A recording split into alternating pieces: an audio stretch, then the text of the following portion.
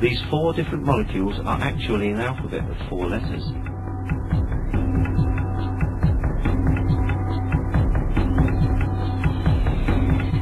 Thanks to this alphabet, an enormous amount of information that would fill hundreds of volumes of an encyclopedia is coded in the DNA molecule.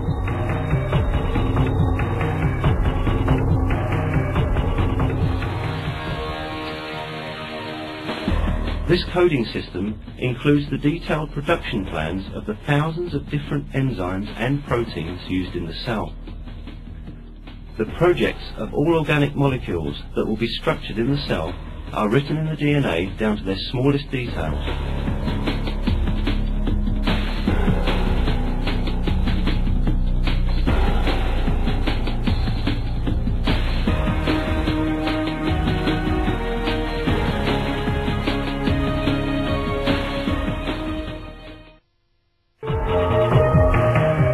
The production of an organic molecule, such as a protein, starts with the identification of the gene containing the required information among the DNA found in the chromosomes.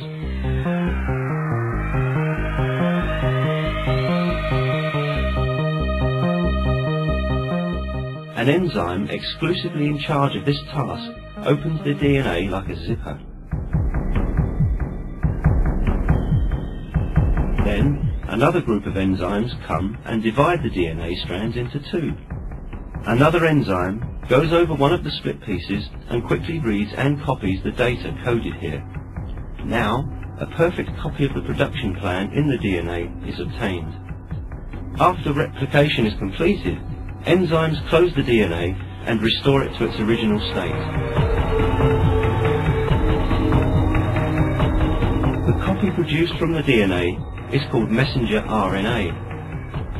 Messenger RNA contains the production plan of the protein required for the cell.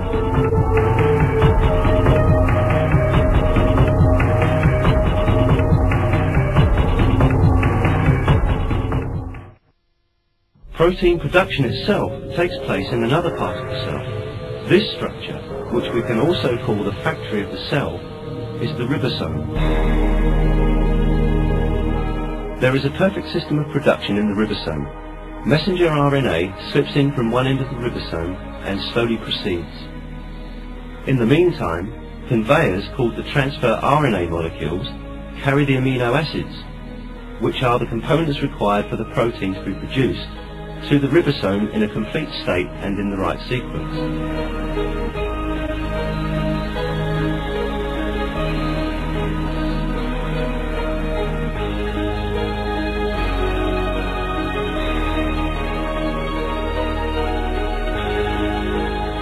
The amino acids brought here combine in the right sequence thanks to the code on the messenger RNA. As the messenger RNA proceeds, the amino acid that corresponds to the data coded there is added to the chain. The result is a new protein.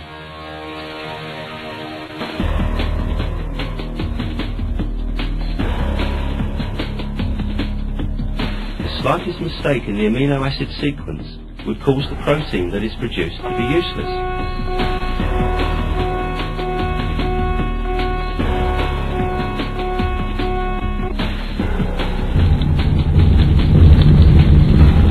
Yet, such mistakes almost never happen.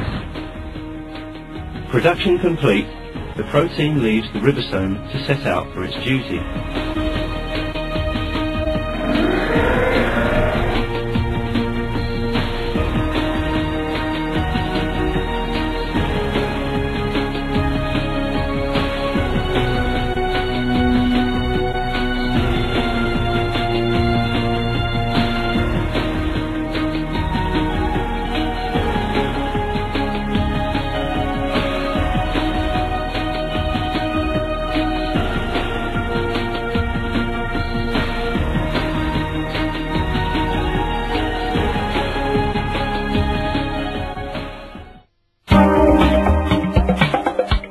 All these extraordinary processes take place, not somewhere far away, but right on your own body.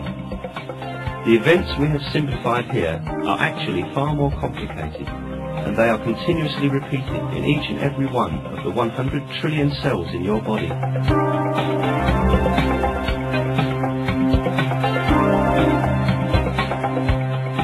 The cell, which was thought to be a simple little lump of albuminous combination of carbon by the formulators of the theory of evolution, has such an extraordinary design.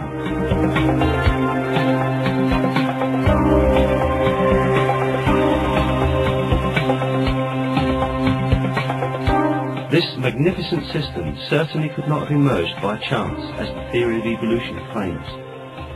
When all these details of cell biology were revealed and understood, the theory of evolution suffered a great blow.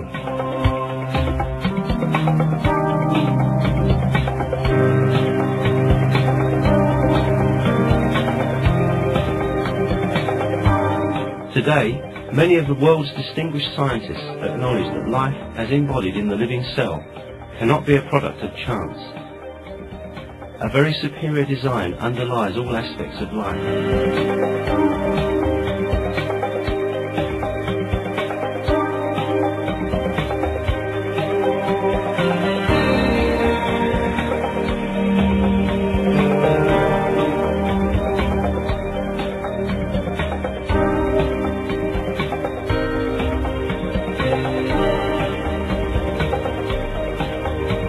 One of these scientists is Michael Behe, an acclaimed American professor of biochemistry.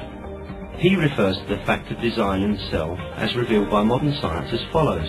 I think the conclusion of design is a scientific one, an empirical one, based completely on the observable system the universe and life were intended, that they are the product of intelligent activity.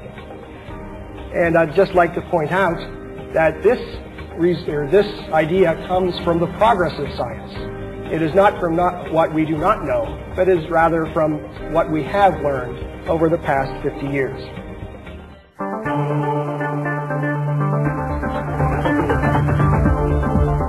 Indeed, science shows that all living beings have been brought into being as a result of conscious creation.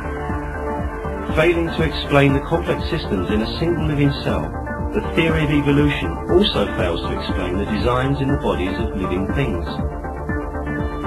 For instance, the aerodynamic in a bird wing, the amazing hunting methods of a spider, an insect made to resemble a leaf so that it can camouflage itself, the eye design on a butterfly's wings, or the feeling of compassion in animals.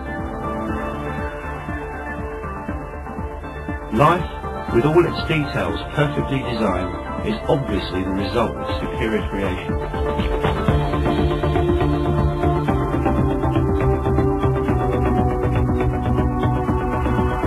That superior creator is the Almighty God, the Lord of the heavens, the earth, and everything in between.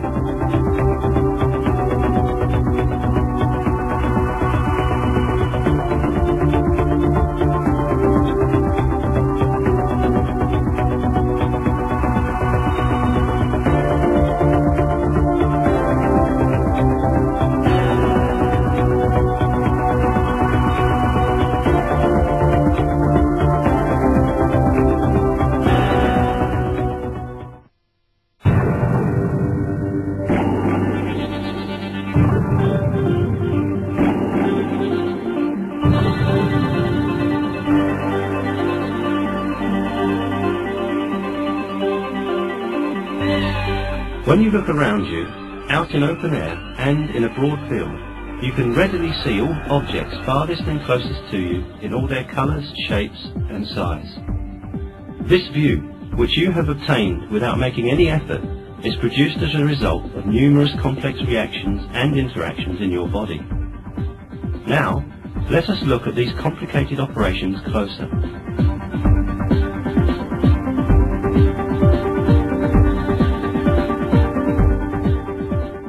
The human eye has a fully automatic mechanism that works perfectly. It is made up of the combination of 40 different basic parts, and all these parts have critical functions in the process of seeing. Any defect or disability in even one of these parts would make seeing impossible.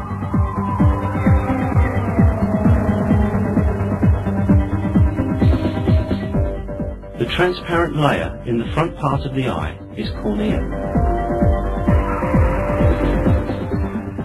Right behind lies the iris. Giving the eye its colour, the iris adjusts its size automatically according to the sharpness of light, thanks to the muscles attached to it. For example, if we are in a dark place, the iris widens to take in as much light as possible. When light increases, it shrinks to decrease the amount of light coming into the eye.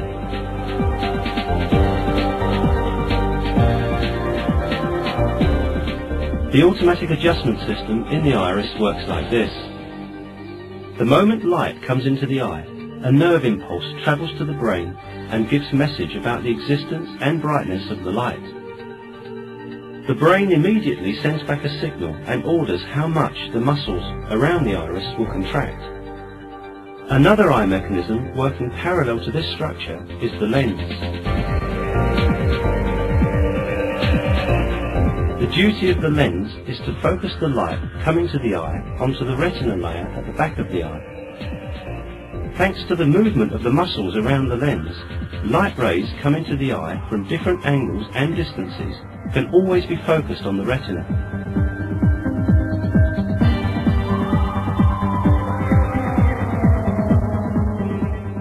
All the systems we have mentioned are far smaller, yet far more superior to the mechanical devices designed by the use of the latest technology in order to imitate the eye. Even the most advanced artificial imaging system in the world remains extremely simple and primitive compared to the eye.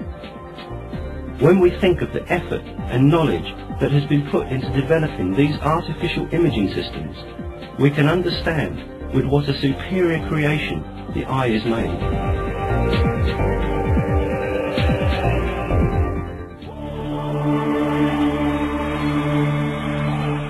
If we examine a single cell in the eye at the microscopic level, the superiority of this creation will be further revealed.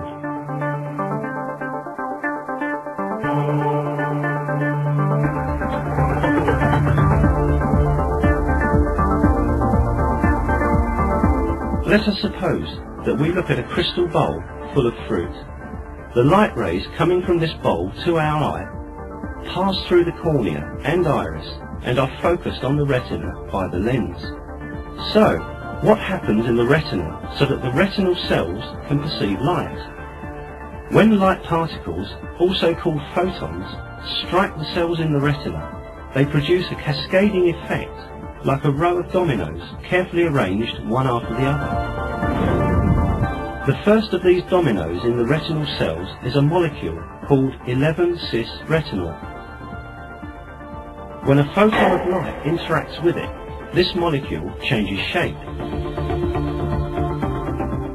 This forces a change in the shape of another protein, rhodopsin, to which it is tightly bound.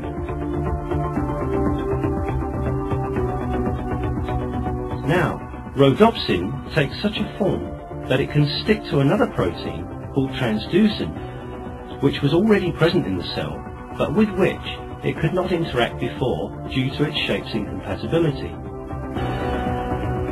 After this union, another molecule called GDP also joins in this group.